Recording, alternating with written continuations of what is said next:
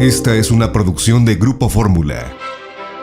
A ver, obviamente la noticia económica del día hoy es la Reserva Federal, lo que es el Banco Central de Estados Unidos, elevó la tasa líder, que es la tasa de los fondos federales, 50 puntos base, del 4.25% a 4.5%. Esta ya fue la última reunión de la reunión de política monetaria de la Fed de este año y fue un aumento menor a los 75 puntos base que había realizado en 4 ocasiones anteriores. Ya se veía que iba a moderar el aumento en sus tasas de interés. De todas maneras, dicen, falta mucho para lograr una inflación del 2%. Ellos están calculando que la inflación este año en Estados Unidos pues va a seguir estando alta. Entonces tiene que seguir apretando. Inflación para 2022 calculan que va a cerrar el 5.6, en 2023 en el 3.1 y en 2024 en el 2.5. Es muy interesante saber que hoy elevaron los cálculos que tenían anteriormente sobre la inflación, tanto este año como los años anteriores. También el crecimiento del Producto Interno Bruto para este año lo están poniendo en medio punto porcentual, pero para el año que entra lo están poniendo en otro medio punto porcentual, cuando el cálculo anterior es que iba a crecer el 1.2%.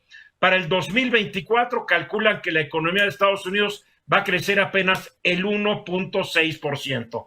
Con esta tasa de interés del 4.5%, pues Estados Unidos ya está un poquito más arriba de lo que ofrece Canadá y 5% está ofreciendo Arabia Saudita, pero México es el tercer lugar del grupo de los 20, las 20 economías más fuertes del mundo en lo que a la elevada tasa de interés se refiere. La tasa de interés líder en México está en el 10%, solamente abajo del 13.75% de Brasil y del 75% de Argentina, para variar, Argentina con muchos problemas. Entonces es la noticia, obviamente a todos nos va a afectar y al rato Luis Miguel nos va a estar explicando cómo nos afecta en México esta alza de las tasas de interés y cómo han afectado las tasas durante lo que va del año. Pero el aumento de las tasas de interés afecta a todo el mundo y más cuando se trata de la economía más importante del planeta. Cuando la economía de Estados Unidos deja de crecer, pues todo el mundo lo resiente. Y si a esto le añadimos que China tampoco está creciendo con singular alegría, pues hay que estar preocupados todos de que van a pasar por lo menos 1, 2, 3 años hasta que se restablezcan ciertas condiciones que nos recuerden la normalidad prepandémica. Luis Miguel. Hay un cálculo que hacen los economistas respecto a cuál es el nivel de tasas máximo antes de provocar con certeza una recesión. Y llegan a un número mágico que es 5%. Dicen, no hay manera de que Estados Unidos esquive una recesión si la tasa de referencia de la Fed llega a 5. ¿Cuánto nos falta para eso? Medio punto porcentual o 2 reuniones de la Fed. Nos vamos acercando que el año que entra van a estar en el 5.1. Se me hace que son muy optimistas, ¿no? Sí, tengo la impresión que la decisión de la Fed, como bien dices tú, sigue siendo el mensaje de, oigan, la inflación va bajando, pero ¿quién puede alegrarse con una inflación de 7.1? La única manera de verlo como una buena noticia es decir, recordar que estuvo por encima de 9 hace apenas un trimestre. Ahora una pregunta, ¿esta fórmula del 5% también se aplica a otros países? Porque aquí ves algunos economistas diciendo muy optimistamente, México con el 10%, no importa, no vamos a caer en recesión.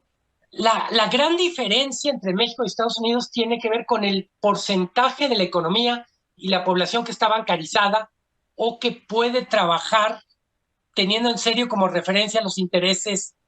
En Estados Unidos prácticamente toda la economía participa de este circuito de la tasa de interés que marca la Fed. Pero México, que tiene más de la mitad de la población no bancarizada, muchísima economía informal, pues yo creo que hay gente que puede literalmente pasarse un año sin saber a cuánto está la tasa de interés y no deja de comer. Al escucharte casi digo, qué bueno que hay economía informal en México, caray. ¿En Para serio? muchísima gente, yo diría que a excepción de Hacienda, para muchísima gente, la economía informal es el paraíso.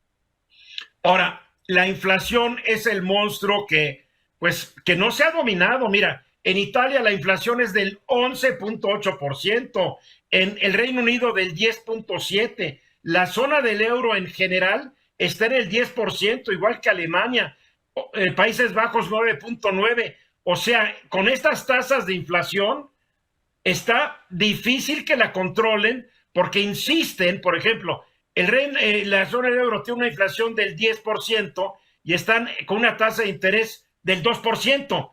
Pues, ¿cómo le piensan hacer? Perdón, Marco. Marco. Yo creo que tenemos que entender que para hacer algo temporal, como se había venido anunciando, pues ya pasó mucho tiempo y las perspectivas parece ser que este tema de la inflación mundial, que afecta también en lo nacional, va a continuar. Creo que es un tema mucho más serio, que es un proceso de reorganización de la economía que nos tendría que invitar a analizar a mayor profundidad qué cambios y qué transformaciones que tenemos que hacer en nuestros propios países, porque esto no parece menguar, ¿eh? Bueno, es que nadie dijo que pelear contra la inflación es cosa de un trimestre, de 2 o de un año, mi querido Marco. La lucha contra la inflación puede llevar un buen tiempo, ¿eh? Un buen tiempo. Y mi pregunta, si en la Unión Europea tienen inflación de 10, ¿cómo la van a combatir con tasas de interés del 2%? O sea, si tú hoy depositas dinero en la Unión Europea, estás perdiendo hasta la camisa, ¿o no, Luis Miguel? Totalmente, pero la Unión Europea entiende que su principal problema inflacionario es desabasto de energía y desabasto de alimentos.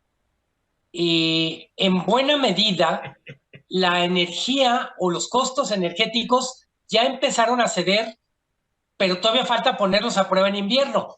Con los alimentos, lo mismo que nos duele en México le está doliendo a todo el mundo. Y es, la comida se volvió mucho más cara de lo que era hace apenas un año. Claro. Y contra lo que muchos dicen que le pega solo a los grupos de escasos recursos, yo ya le pega muchísimo a la clase media.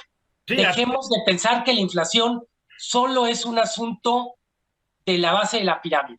Mientras menos ganas, más te pega. Pero la clase media tampoco en México no es una clase que esté en bonanza económica. Los sueldos en México son muy castigados, son muy bajos. Luis.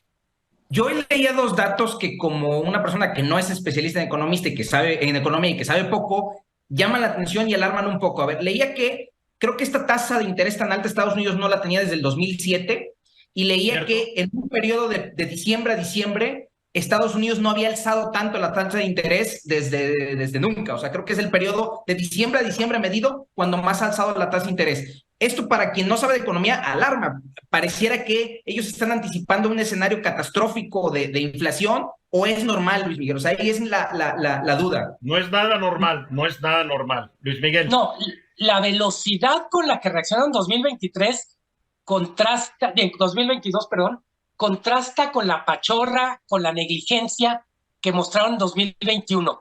A lo que hacía referencia Marco Paz era la Reserva Federal todavía a fines del año pasado menospreció la inflación, se refería casi como una gripita.